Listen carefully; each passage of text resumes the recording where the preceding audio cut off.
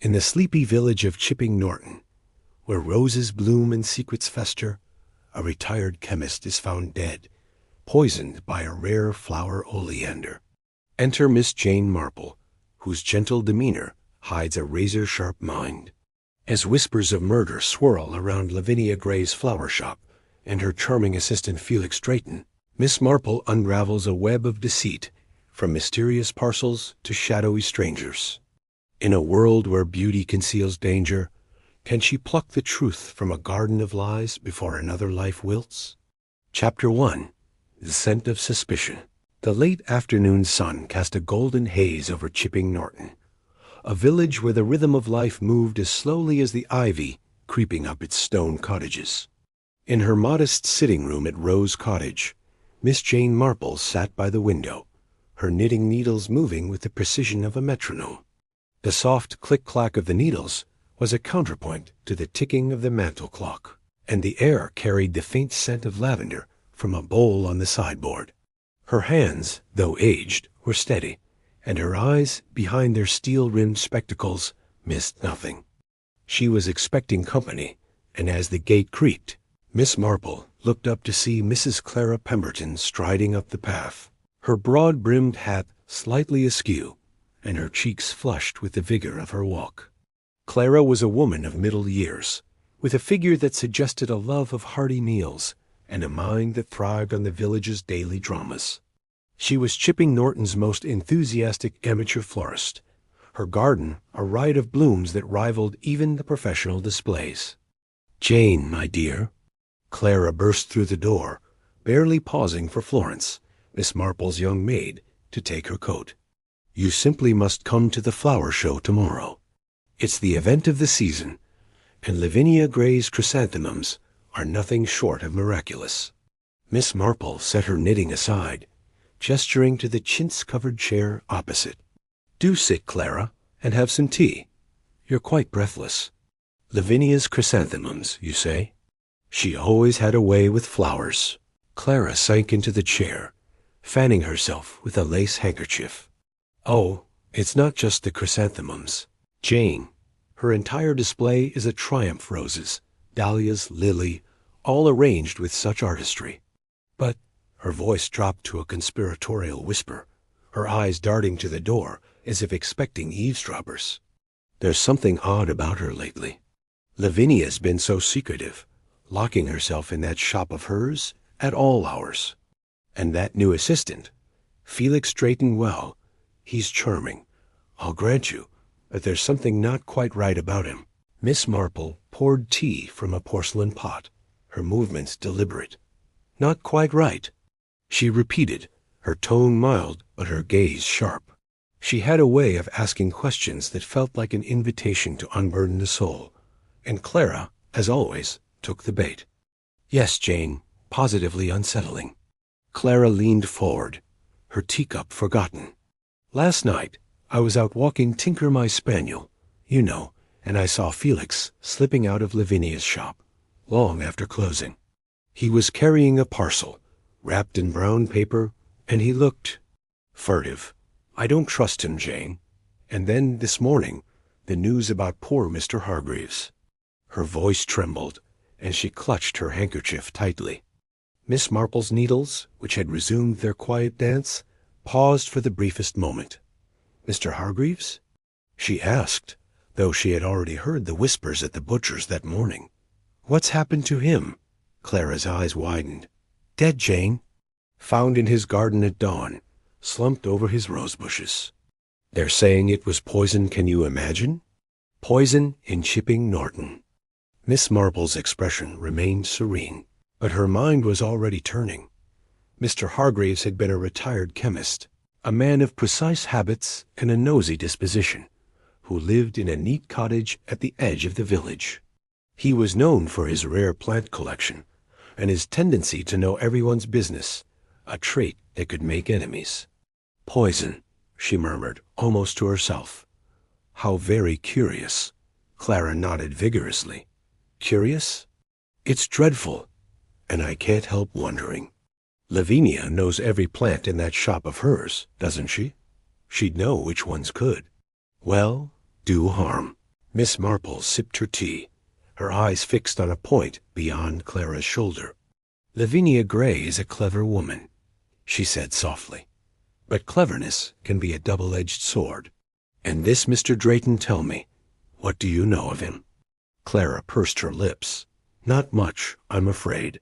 He arrived a month ago, all smiles and fine manners. Says he's from London, worked in some fancy flower markets there. But he's too polished, if you ask me. Like a rose with no scent, beautiful, but lacking something real." Miss Marple nodded, filing the observation away. She had not yet met Felix Drayton, but she knew the type. Charming, elusive, and often hiding something beneath the surface. Chipping Norton, for all its sleepy charm, had a way of attracting such characters, like flies to a honeypot. And now, with a death in the village, the air seemed to hum with unspoken questions. As Clara prattled on about the flower show's judging committee, Miss Marple's thoughts drifted to the late Mr. Hargreaves. Poison was a subtle weapon, requiring knowledge and intent. Lavinia, with her expertise in botany, would certainly know the properties of her plants. But Felix, the newcomer, what was his role in this? And why had he been seen creeping about at night? "Jane, are you listening?" Clara's voice cut through her reverie. "I said, you'll come to the show, won't you? It's at the village hall, 10 o'clock sharp." "Of course, Clara," Miss Marple replied, her smile warm but her mind elsewhere. "I wouldn't miss it. I'm quite curious to see Lavinia's arrangements. And perhaps this Mr. Drayton, too." As Clara bustled out, promising to reserve a front-row seat, Miss Marple picked up her knitting again. The village of Chipping Norton might appear as tranquil as a summer garden, but beneath its surface she sensed a tangle of root secrets waiting to be unearthed. And Miss Marple, with her quiet ways and unerring eye, was just the person to tend to them. Chapter 2. A Bloom of Doubt. The village hall of Chipping Norton was a flurry of activity on the morning of the annual flower show, its stone walls adorned with bunting in cheerful reds and blues. The air was thick with the mingled scents of roses, lily, and freshly cut grass, and the hum of conversation rose like bees in a summer garden. Villagers milled about, their Sunday best slightly crumpled from the heat, inspecting displays with the critical eye of those who took their horticulture seriously. Miss Jane Marple, clad in her familiar tweed suit and a neat straw hat, moved through the crowd with the unhurried grace of one who knew the value of observation. Her eyes, bright and discerning behind her spectacles, took in every detail, the flutter of a nervous hand, the flicker of a glance, the whisper half caught in passing. Lavinia Gray's exhibit stood at the heart of the hall, a masterpiece of floral artistry that drew gasps even from the most jaded onlookers. Her chrysanthemums, vibrant in shades of gold and crimson, were arranged in a cascade that seemed to defy gravity, flanked by delicate lily and robust dahlias in perfect harmony. Lavinia herself stood beside the display, her tall frame slightly stooped, her hands adjusting a stray petal with a precision that bordered on obsession. Her sharp cheekbones were accentuated by the pallor of her face, and her dark eyes darted restlessly, as if seeking something or someone in the crowd. At her side was Felix Drayton, the assistant Clara Pemberton had spoken of with such suspicion. He was a man of perhaps 30, with dark hair slicked back and a smile that was both charming and calculated. His tailored jacket and polished shoes set him apart from the village's more rustic attire, and he moved with the ease of one accustomed to being watched. Miss Marple noted the way his gaze swept the room, lingering briefly on certain faces before returning to Lavinia with a murmured comment that made her tense. Approaching the stall, Miss Marple offered her warmest smile. "Lavinia, my dear, this is truly magnificent," she said, gesturing to the arrangement. "You've outdone yourself." "And Mr. Drayton, I presume?" "Clara speaks highly of your contribution to the shop." Felix turned to her, his smile broadening. "Miss Marple, a pleasure to meet you at last. Clara's too kind. I'm merely an assistant, here to carry vases and fetch ribbon. Mrs. Gray is the genius behind it all." His voice was smooth. With a faint London accent, it suggested a world beyond Chipping Norton's hedgerows. Lavinia's lips twitched in a smile, but her fingers continued their restless dance among the flowers. "Thank you, Jane. It's been a trying season, but we've managed. Haven't we, Felix?" "Indeed," Felix replied, his eyes meeting Miss Marple's for a moment longer than necessary. There was a challenge in them, she thought, or perhaps a wariness. Miss Marple's tone remained light, but her question was precise. "I hear you've brought new ideas from London, Mr. Drayton. Tell me, do you favor any particular blooms? Oleander, perhaps?"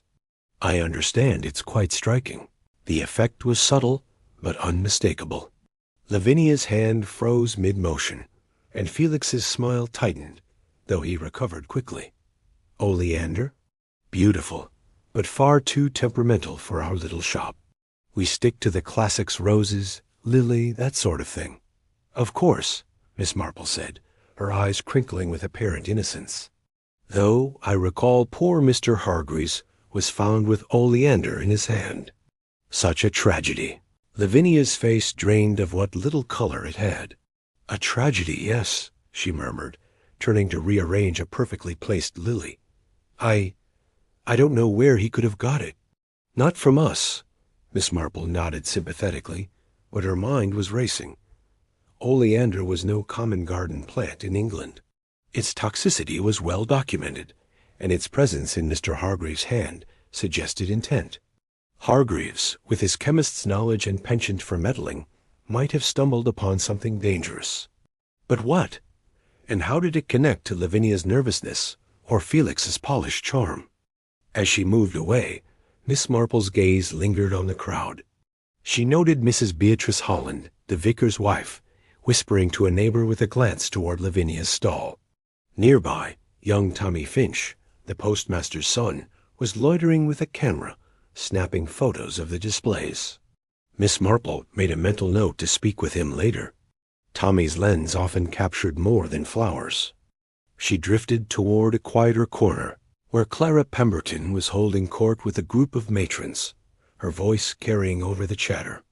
"It's simply shocking," Clara was saying, her hat bobbing with indignation. "Poison in our village. And with Lavinia's shop so close to Hargreaves' cottage, well, it makes one think." Miss Marple joined the group, her presence calming the fervor. "Clara, you're quite right to be concerned," she said gently. "But we mustn't jump to conclusions. Have you heard anything more about Mr. Hargreaves' habits?" "He was so fond of his plants." Clara's eyes gleamed with the thrill of gossip. "Oh, Jane, he was forever poking about in his greenhouse, growing all sorts of odd things. And he was nosy, always asking questions about Lavinia's deliveries.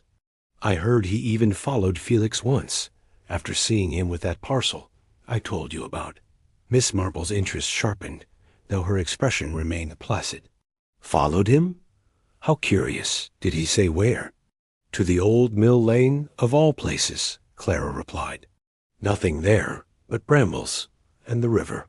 Hargreaves thought it suspicious, but then he thought everything was suspicious. The conversation was interrupted by the arrival of Dr. Hayworth, the village physician, whose ruddy face was unusually grave. "Miss Marple, ladies," he greeted, tipping his hat. "A sad business about Hargreaves. I've just come from the inquest preliminary, of course. They're certain it was oleander, likely in his tea. A slow, painful way to go." Miss Marple's needles, tucked into her handbag, seemed to itch for action. "In his tea?" she echoed. Then it was deliberate. Poor man. "Did he have any visitors that evening?" Dr. Hayworth hesitated. "Not that we know of, but his housekeeper mentioned he'd been agitated lately, muttering about secrets in the soil. Sounded like his usual nonsense. But now—" Miss Marple thanked him and excused herself, her mind turning over the new information. Hargreaves' agitation, his interest in Lavinia's shop, and Felix's late-night wanderings formed a pattern, though its shape was not yet clear. She paused by a display of sweet peas, their delicate fragrance a contrast to the dark thoughts taking root. As the show wound down, she caught sight of Felix again, now speaking quietly with a man in a dark overcoat near the hall's entrance. The stranger's hat was pulled low, obscuring his face, but his posture suggested urgency. Miss Marple's lips pursed slightly. It was the same description Beatrice Holland given of the man seen with Felix near the churchyard. She made a note to inquire further, perhaps through young Tommy Finch's photographs. Stepping outside into the crisp autumn air, Miss Marple felt the weight of Chipping Norton's secrets settle around her. The flower show, with its beauty and bustle, was a perfect stage for deception, and she suspected that Lavinia Gray's stall held more than blooms. Felix Drayton's charm was a mask, and Hargreaves' death was no accident. As she walked home, her sensible shoes tapping on the cobbled path, Miss Marple knew she was only at the beginning of unraveling the truth, a truth as intricate and perilous as the petals of a poisoned flower. Chapter 3. The Petals of the Past. The evening had settled over Chipping Norton with a soft amber glow, the kind that made the village seem at once timeless and secretive. Miss Jane Marple sat by her hearth in Rose Cottage, the fire casting flickering shadows across the room's chintz curtains and polished furniture. Her knitting lay untouched in her lap, a rare occurrence, as her mind was occupied with the threads of the puzzle that Mr. Hargreaves' death had woven. The news of poison, confirmed by Dr. Hayworth, was no surprise to her. She had sensed something sinister from the moment Clara Pemberton had mentioned oleander, but the how and why remained elusive, like a fragrance caught on the breeze. She reached for her small, leather-bound notebook, its pages filled with neat, spidery handwriting. On a fresh page, she wrote 3 names: Lavinia Gray, Felix Drayton, and, after a moment's hesitation, Clara Pemberton. Clara's eagerness to share gossip was not unusual, but her pointed remarks about Felix and Lavinia hinted at something deeper, perhaps envy, or perhaps something more calculated.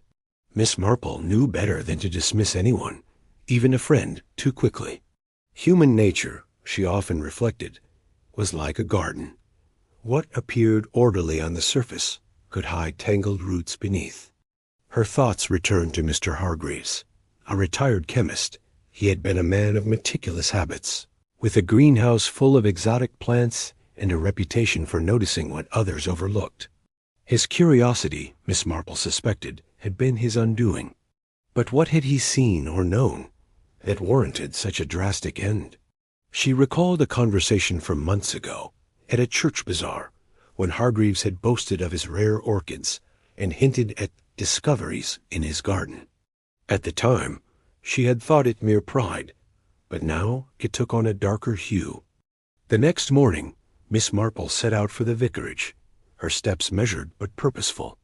The vicarage garden was a riot of late roses, tended by Mrs. Beatrice Holland, whose brisk efficiency matched her husband's gentle sermons. Beatrice was pruning a climbing rose with vigor, her cheeks flushed from the effort, when Miss Marple approached. "Good morning, Beatrice," Miss Marple said, her voice as warm as the autumn sun. "Your roses are a credit to you. I don't know how you manage it with all your duties." Beatrice straightened, brushing a stray leaf from her apron. "Oh, Jane, it's just a matter of persistence. Roses don't thrive on neglect, you know.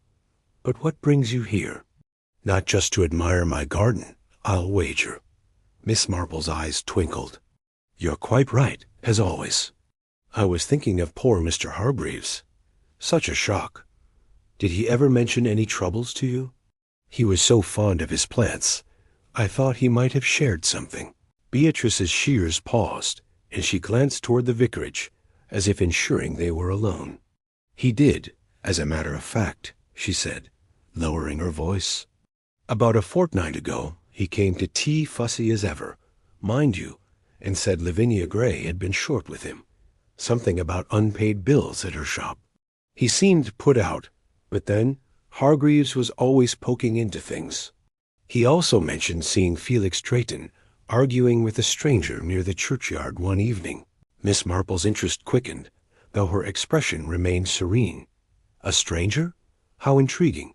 Did he describe them? Tall, wore a dark coat and a hat pulled low, Beatrice replied, snipping a wilted bloom with precision. Hargreaves thought it odd, said the man looked out of place, not like a villager. But you know how he was, always spinning tailies from nothing. Perhaps not nothing, Miss Marple murmured, her mind turning to the man in the dark coat she had seen with Felix at the flower show. Did Hargreaves say anything else about Felix? Beatrice frowned, thinking. Only that he didn't trust him. Sighed Felix was too smooth by half, and always slipping off somewhere. Hargreaves even followed him once, out of curiosity, but he lost him near the old mill lane. Miss Marple nodded, storing the detail away. The old mill lane, as Clara had mentioned, was a desolate spot, far from prying eyes. "Thank you, Beatrice," she said. "You've been most helpful. I mustn't keep you from your roses." As she walked back through the village, Miss Marple's thoughts were a tapestry of connections. Hargreaves' nosiness, Felix's secretive errands, and Lavinia's unease formed a pattern, but it was incomplete, like a bouquet missing its central bloom. She decided to visit young Tommy Finch, the postmaster's son, whose camera had been busy at the flower show. Tommy, a lanky youth with a mop of unruly hair, was often underestimated, but Miss Marple knew the value of a keen eye. She found him at the post office, sorting letters with a distracted air. "Tommy," she said, her smile disarming, "I saw you at the flower show with your camera. Did you capture anything interesting?" Tommy blushed, flattered by her attention. "Just the usual, Miss Marple flowers mostly. But I did get a few of the crowd." "Why?" "I was wondering if you caught Mr. Drayton, perhaps speaking with someone. A man in a dark coat, maybe." Tommy's eyes lit up. "Oh, I think I did. I haven't developed the film yet, but I'll check tonight. There was a chap near Lavinia's stall, talking to Felix. Looked shifty, if you ask me." Miss Marple thanked him, promising to return for any news. As she stepped into the street, the village clock chimed noon, its notes carrying over the rooftops. She paused, considering her next move. Hargreaves' death was no random act. The oleander suggested a knowledge of plants that pointed to Lavinia's shop. But Felix, with his late-night parcels and mysterious contacts, was the more immediate enigma. Was he merely an assistant, or something more sinister? And what of Lavinia, herself caught in a web of her own making, or an unwitting pawn? Back at Rose Cottage, Miss Marple settled into her armchair, her notebook open once more. She added a new entry: stranger in dark coat churchyard and flower show. Connection to Felix? She thought of her nephew Raymond's tailies of London's underbelly, where men in dark coats often meant trouble. Hargreaves, with his chemist's background, might have recognized something of substance, a scheme that put him in danger. But proof was needed, and Miss Marple knew it lay in the small details, the overlooked glances and half-spoken truths. As the fire crackled, she picked up her knitting, the needles resuming their steady rhythm. Chipping Norton's secrets were like the petals of a flower, each one revealing a little more when gently peeled back. And Miss Marple, with her quiet persistence, was determined to uncover the heart of this deadly arrangement. Chapter 4. The Thorn of Truth. The morning mist clung to Chipping Norton's cobbled streets, softening the outlines of its stone cottages and lending the village an air of secrecy. Miss Jane Marple, wrapped in a woolen shawl against the autumn chill, made her way to Lavinia Gray's flower shop, her steps as measured as her thoughts. The shop, a quaint establishment with ivy-framed windows and a painted sign, reading Gray's Blooms, stood at the corner of High Street, its display of asters and late roses a cheerful facade. Miss Marple's purpose, however, was not to admire the flowers, but to probe the shadows behind them. Inside, the air was heavy with the scent of damp earth and blooms, and Lavinia stood behind the counter, her hands stained with green sap as she trimmed a bundle of carnations. The florist looked up as the bell above the door jingled, her expression a mix of weariness and wariness. "Jane," she said, managing a thin smile. "What a surprise. Are you after something for your garden?" Miss Marple's eyes crinkled with warmth, but her gaze was keen, taking in the cluttered counter and the faint tremor in Lavinia's fingers. "Not today, Lavinia, though your carnations are lovely. I was passing by and thought I'd see how you're managing after all the excitement at the flower show." Lavinia's smile faltered. "It's been difficult," she admitted, setting down her shears. "The show was a success, but with poor Mr. Hargreaves' death, people are talking. You know how the village is." "Indeed I do," Miss Marple said, her tone sympathetic but her mind alert. She moved closer, pretending to admire a vase of marigolds. "Such a dreadful business, his death, and so strange that oleander found in his hand. I don't suppose you keep such a plant here? I hear it's quite dangerous." Lavinia's face tightened, and for a moment her hand stilled. "Oleander? No, Jane, we don't stock it. It's far too risky, what with children and pets about. I told the constable as much when he asked." Miss Marple nodded, her expression one of innocent curiosity. "Of course, though it's odd, isn't it? Mr. Hargreaves was so knowledgeable about plants. One wonders where he could have got it." Lavinia's eyes darted to the side, toward a curtained doorway leading to the back of the shop. "His garden, perhaps," she said quickly. "He grew all sorts of peculiar things in that greenhouse of his." "Perhaps," Miss Marple agreed, but her tone suggested she was not entirely convinced. She lingered by the counter, her fingers brushing against a ledger left open, its pages filled with hurried scrawls, dates, quantities, and cryptic abbreviations. "You must be terribly busy, keeping track of everything," she remarked. "I imagine Felix is a great help." Lavinia's shoulders stiffened. "Felix? Yes, he's efficient. Handles the deliveries and such. I don't know what I'd do without him." Her voice was clipped, and she busied herself with the carnations again, avoiding Miss Marple's gaze. Sensing the conversation's delicate balance, Miss Marple excused herself with a polite smile and stepped back into the street. The ledger had piqued her interest. Those abbreviations were not typical of a florist's records. She made a mental note to inquire further, perhaps through a less direct source. Her next stop was the post office, where Miss Finch, the postmistress, presided over a counter cluttered with stamps and parcels. Miss Finch was a woman of boundless curiosity, her spectacles perpetually perched on the tip of her nose, and she greeted Miss Marple with a knowing look. "Morning, Jane. Come to post a letter, or are you sleuthing about poor Hargreaves?" Miss Marple chuckled softly. "You know me too well, Emily. I was wondering if you'd noticed anything unusual about the flower shop's business. Deliveries, perhaps, or parcels going out." Miss Finch's eyes gleamed with the thrill of sharing news. "Now that you mention it, Felix Drayton's been sending parcels to London almost weekly. Says they're supplies, but they're awfully small packages for bulbs or seeds, if you ask me. And always addressed to the same place, a chemist's shop in Bloomsbury. I think it was." "A chemist's shop?" Miss Marple's tone was casual, but her mind was racing. Hargreaves, a retired chemist, poisoned by a rare plant.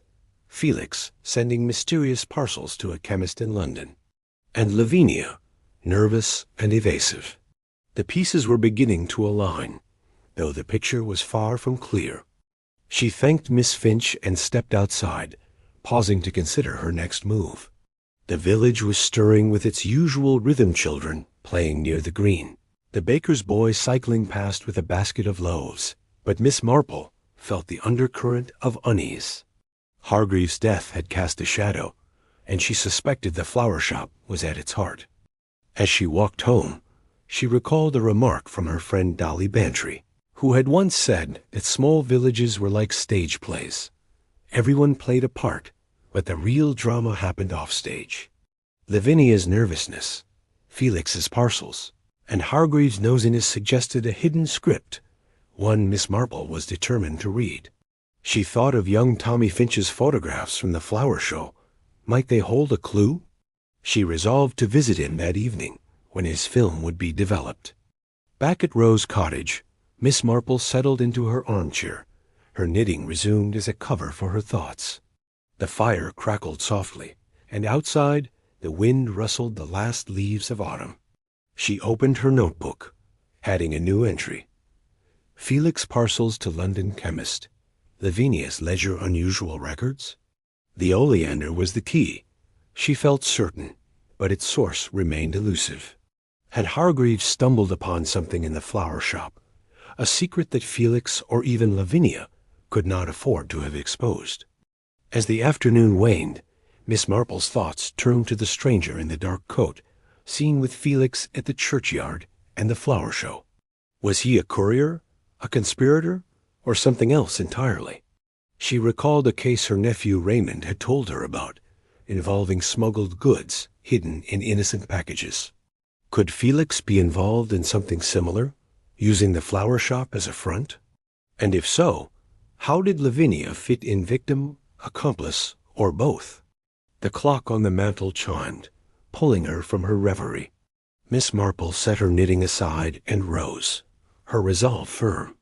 The truth, she knew, lay in the small things, the glance that lingered too long, the parcel sent too often, the plant that shouldn't have been there. Chipping Norton's secrets were like thorns on a rose, sharp, hidden, and waiting to draw blood. And Miss Marple, with her gentle persistence, was ready to pluck them out. Chapter 5. A Wilted Alibi. The soft glow of lamplight spilled from the windows of Rose Cottage, where Miss Jane Marple sat in her armchair, a tray of tea and biscuits arranged neatly on the table beside her. The village of Chipping Norton was settling into the quiet of early evening, but Miss Marple's mind was far from restful. The puzzle of Mr. Hargreaves' death, with its threads of poison, secrecy, and suspicion, was beginning to take shape, yet crucial pieces remained just out of reach.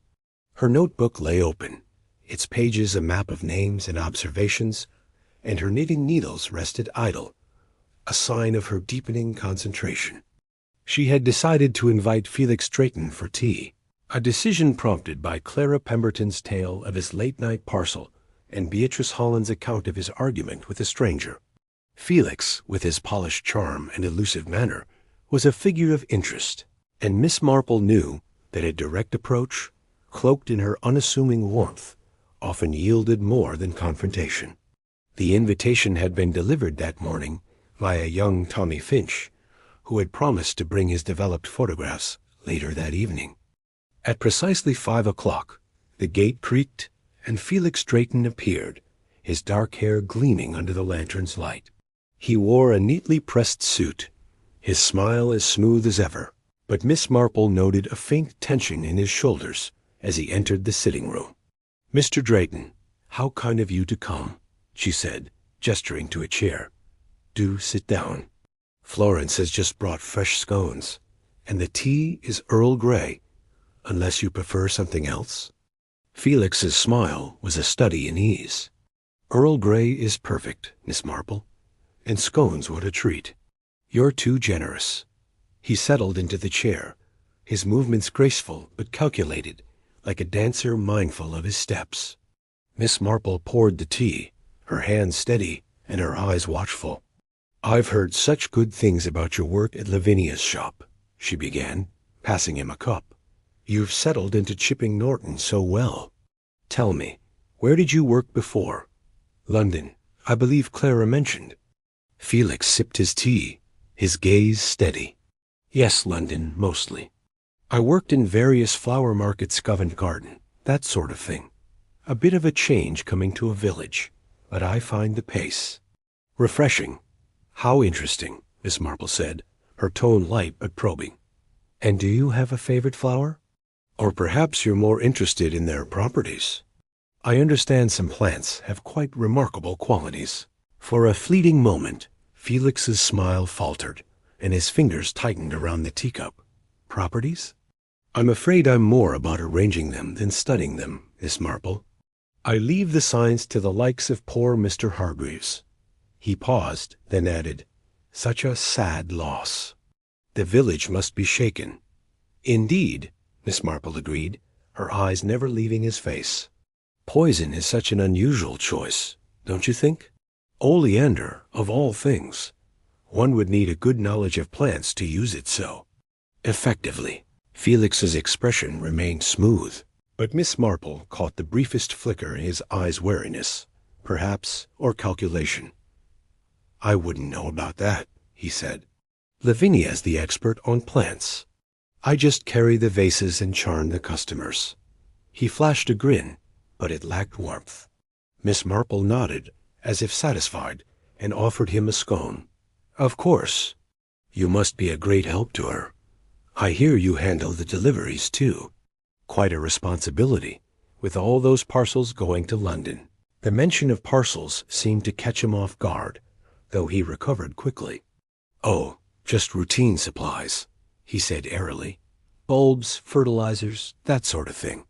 Keeps the shop running. Naturally, Miss Marple said, her smile disarming.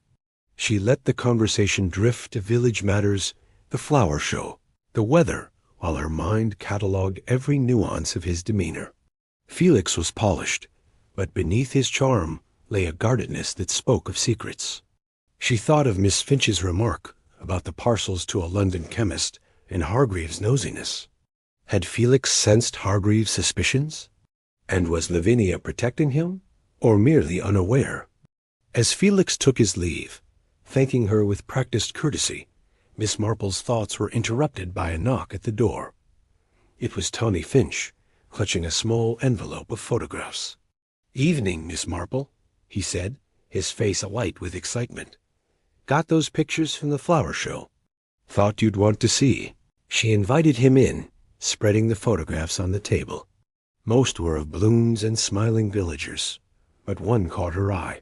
Felix, standing near Lavinia's stall, speaking to a man in a dark coat, his hat tilted to obscure his face. The image was slightly blurred, but the tension in Felix's posture was unmistakable. "That's the chap I told you about," Tommy said, pointing. "Looked like they didn't want to be seen. I only caught them by chance." Miss Marple's lips pursed slightly. "Well done, Tommy. This is most helpful. Might I keep this one?" Tommy nodded eagerly, and after he left, Miss Marple studied the photograph in the lamplight. The stranger's presence, twice now linked to Felix, was no coincidence. She recalled Hargreaves' mention of secrets in the soil, as Dr. Hayworth had reported. Could Felix be involved in something beyond flowers, something chemical, perhaps, tied to the London chemist? And where did Lavinia stand in this web? She opened her notebook, adding a new entry. Felix evasive about parcels and plant knowledge. Photograph confirmed stranger at flower show. The oleander, she knew, was no accident. It required intent and expertise. Lavinia's shop was the logical source, but Felix's role was becoming clearer. Was he the mastermind, or a cog in a larger machine? As the fire dwindled, Miss Marple's thoughts turned to her next step. The inquest, scheduled for tomorrow, might reveal more about Hargreaves' final hours. She would attend, listening for the small details that others overlooked. In the meantime, she resolved to keep a closer eye on Felix, whose charm was as deceptive as a beautiful but deadly bloom. The village clock struck 8, its chimes a reminder of time's steady march. Miss Marple set her notebook aside and picked up her knitting, the needles resuming their quiet rhythm. Chipping Norton's secrets were like a tightly furled bud, and she was determined to coax them open, one careful petal at a time. Chapter 6. The Roots of Deception. The morning sun filtered through the lidded windows of Rose Cottage, casting a delicate lattice of light across Miss Jane Marple's sitting room. She sat at her small writing desk, her knitting set aside, as she reviewed the notes in her leather-bound notebook. The death of Mr. Hargreaves, with its sinister undertones of oleander and secrecy, had stirred Chipping Norton's placid surface, and Miss Marple's sharp mind was piecing together the fragments of evidence. Felix Drayton's guarded responses at tea, the photograph of him with the mysterious stranger, and Lavinia Gray's nervous demeanor all pointed to a deeper truth, one that lay hidden, like roots beneath a well-tended garden. Her thoughts were interrupted by the arrival of Clara Pemberton, who burst through the door with her usual flurry, her cheeks flushed and her hat slightly askew. "Jane, you'll never believe what I've remembered," she exclaimed, barely pausing to greet Florence, who hovered with a tray of tea. "It's about Mr. Hargreaves and that Felix Drayton. I should have told you sooner, but it slipped my mind until now." Miss Marple gestured to a chair, her expression calm but expectant. "Do sit, Clara, and tell me everything. You know how the smallest detail can be important." Clara settled into the chintz-covered chair, her hands fluttering like anxious birds. "It was a week or so before Hargreaves died," she began, her voice low. "I met him at the greengrocer's, and he was in one of his moods full of hints and suspicions. You know how he was. He said he'd seen Felix in the flower shop, late at night, handling a vial of something. Hargreaves thought it was fertilizer, but it looked odd to him, too small, too careful. He said Felix was startled when he noticed Hargreaves watching through the window. Miss Marple's needles, had they been in her hands, would have paused. "A vial?" she echoed, her tone mild but her eyes sharp. "How very interesting. Did Hargreaves say anything more?" Clara shook her head. "Not much, only that he meant to keep an eye on Felix. He didn't trust him, Jane. Said there was something off about the man, like a flower that's been forced to bloom out of season." Miss Marple nodded, her mind turning over this new piece of the puzzle. Hargreaves, with his chemist's eye, would have recognized an unusual substance, even in a florist's shop. Had he stumbled upon something dangerous, something Felix could not afford to have exposed?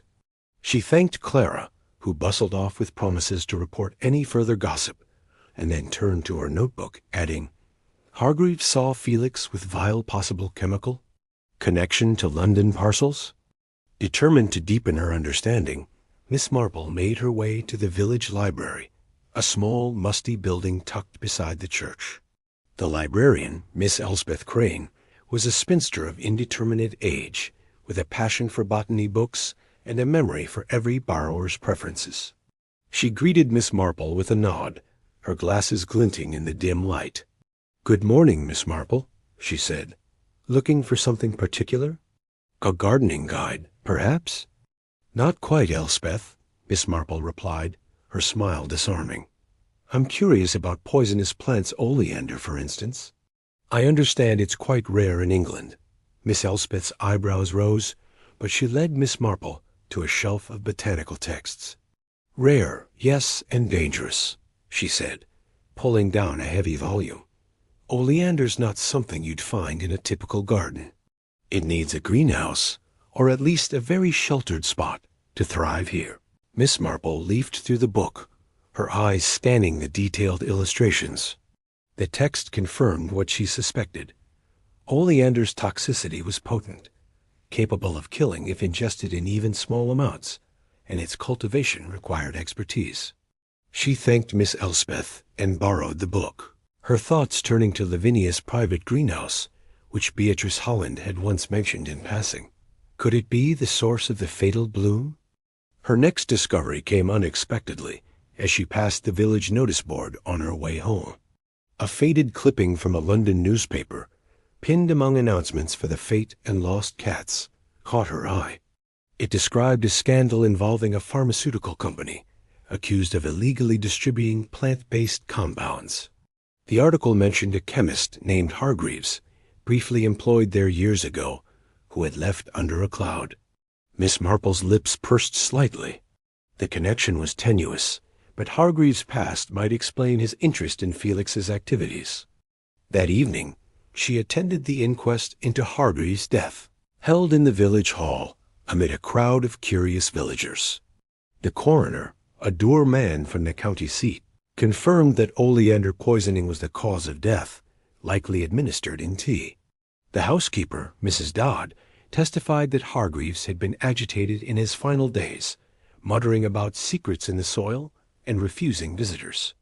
No fingerprints were found on the teacup, and the oleander sprig in his hand remained a mystery.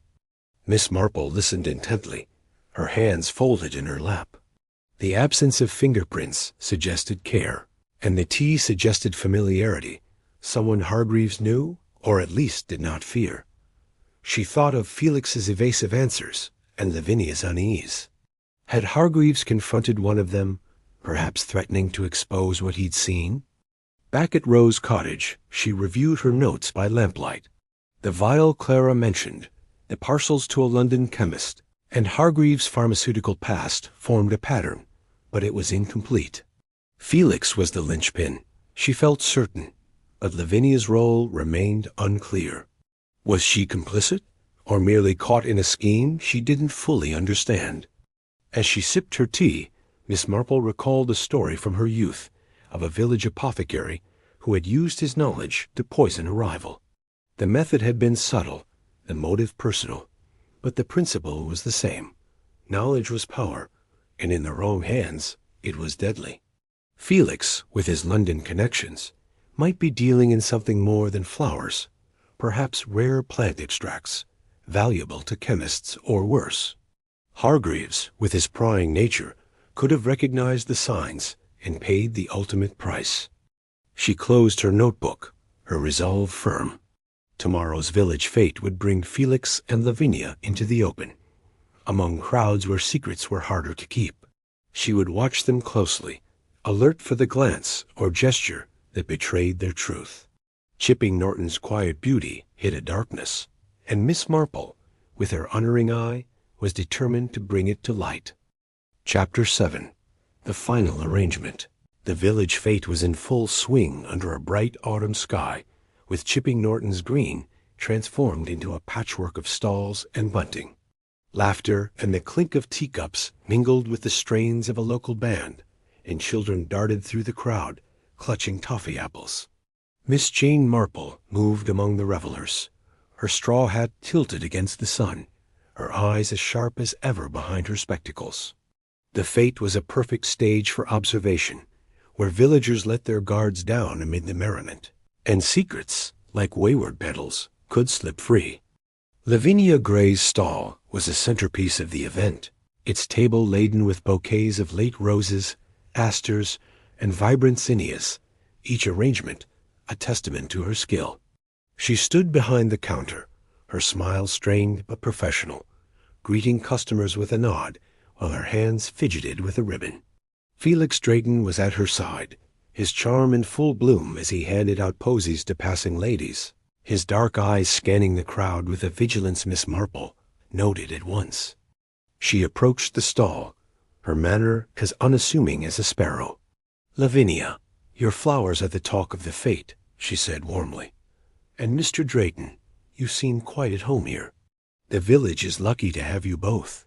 Felix's smile was polished, but his gaze lingered on her a moment too long. "Miss Marple, you're too kind. I'm just happy to lend a hand. Flowers do make people smile, don't they?" "Indeed," Miss Marple replied, her tone light but her mind alert. "Though some flowers, I hear, can do more than that. Oleander, for instance, such a striking plant, but so dangerous." Lavinia's fingers froze on the ribbon, and a flush crept up her neck. "We don't deal in oleander, Jane," she said quickly.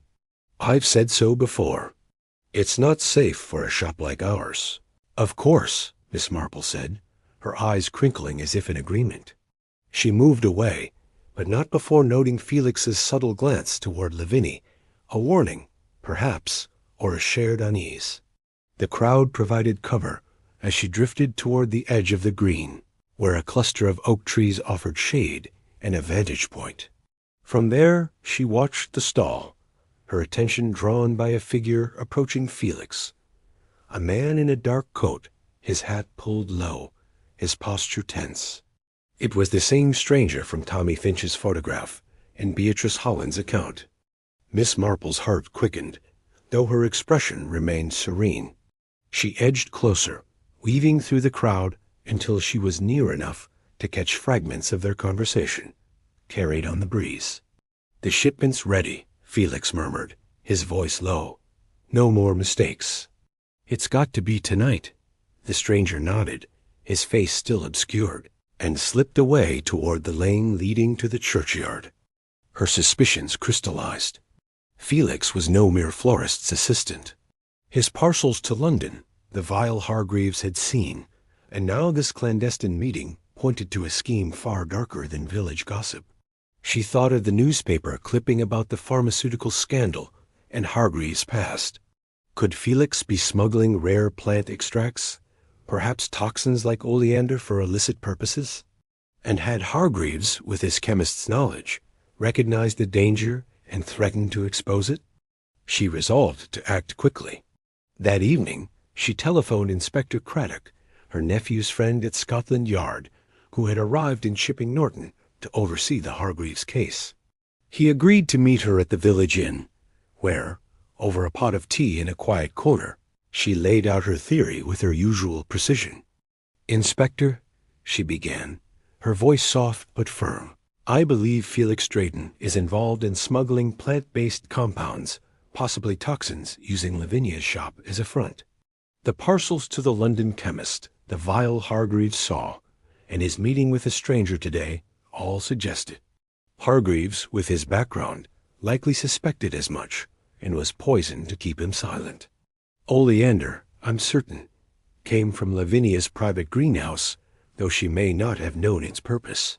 Craddock, a young man with a sharp mind and a respect for Miss Marple's instincts, raised an eyebrow. That's quite a leap, Miss Marple, but you've got a nose for these things. What about Mrs. Gray? Is she in on it? Miss Marple's lips pursed slightly.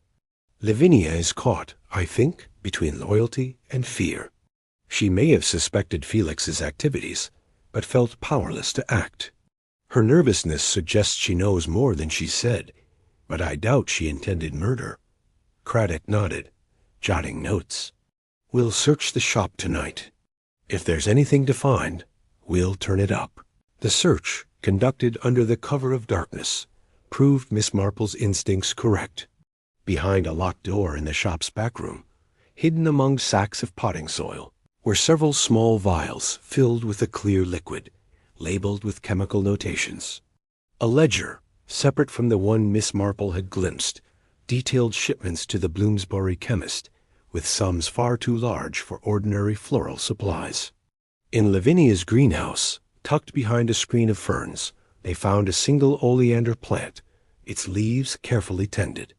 Felix was arrested as he attempted to leave the village. The stranger in the dark coat, apprehended nearby with a parcel of vials in his possession. Lavinia, confronted with the evidence, broke down in tears. I didn't know what he was doing at first, she sobbed to Craddock, with Miss Marple quietly present. Felix said the parcels were for rare seeds, but then Hargreaves started asking questions, and Felix got angry. He threatened to ruin my business if I spoke. I never meant for anyone to die. Miss Marple listened, her expression one of gentle sorrow. Lavinia's fear had trapped her, but her silence had enabled a crime. Felix, it emerged, had been extracting toxins from rare plants, supplying them to a network in London for illicit purposes, possibly pharmaceutical, possibly worse. Hargreaves, with his nosy nature and chemical expertise, had pieced it together and paid the price. As the police led Felix away, Miss Marple stood by the shop's doorway, the scent of flowers now tinged with melancholy. The fate's gaiety seemed a distant memory, and Chipping Norton's green lay quiet under the stars. She returned to Rose Cottage, her notebook complete, but her heart heavy. The truth, like a well-pruned garden, was orderly now, but it had come at a cost. Chapter 8. The Garden Restored. The autumn days in Chipping Norton softened into a gentle rhythm, as if the village sought to heal the wound left by Mr. Hargreaves' death and the scandal that followed. The leaves turned amber and crimson, carpeting the lanes, and the air carried the crisp promise of winter. Miss Jane Marple sat in her garden at Rose Cottage, a shawl draped over her shoulders, her knitting needles moving with their familiar, soothing cadence. The roses, though past their prime, still held a quiet beauty, and she found comfort in their resilience.